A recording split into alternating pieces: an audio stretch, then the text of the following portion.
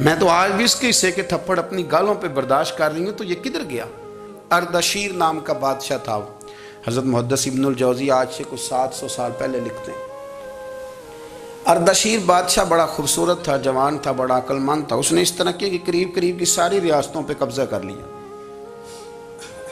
بڑا عقل مند زیرک تھا، قبضہ ہو گیا۔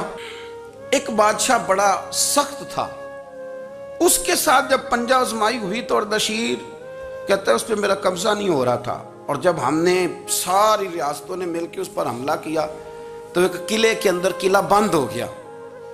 اردشیر بڑا خوبصورت آدمی تھا، بڑا سمجھدار تھا، تو وہ بادشاہ قلعہ بند ہو گیا، اس نے کہا نکلنا ہی نہیں۔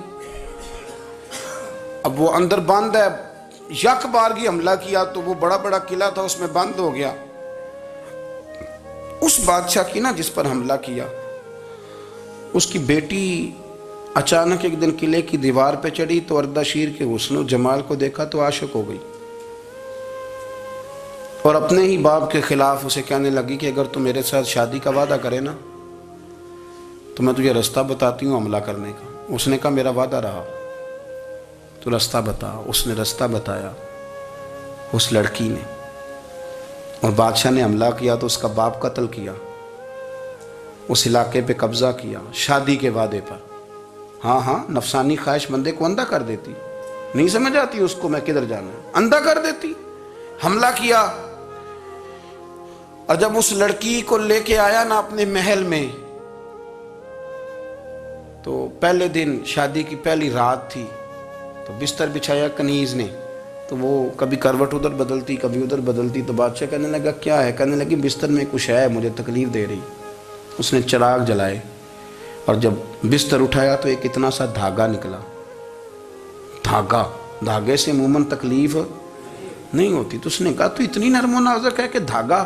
کہنے لگی میرا باپ نا میرے ساتھ اتنا پیار کرتا تھا کہ روز میرا بستر بھی خود بچھاتا تھا، اور اس نے آلہ رکھا ہوا تھا، وہ ناپتا تھا کہ کوئی پایا اونچا نیچا تو نہیں، میری بیٹی کا بیلنس سوتے وقت خراب نہ ہو جائے، اور میرے لیے گوشت اور کپڑے بھی خود پسند کر کے لاتا تھا، کھانے پینے کا خود خیال کرتا تھا۔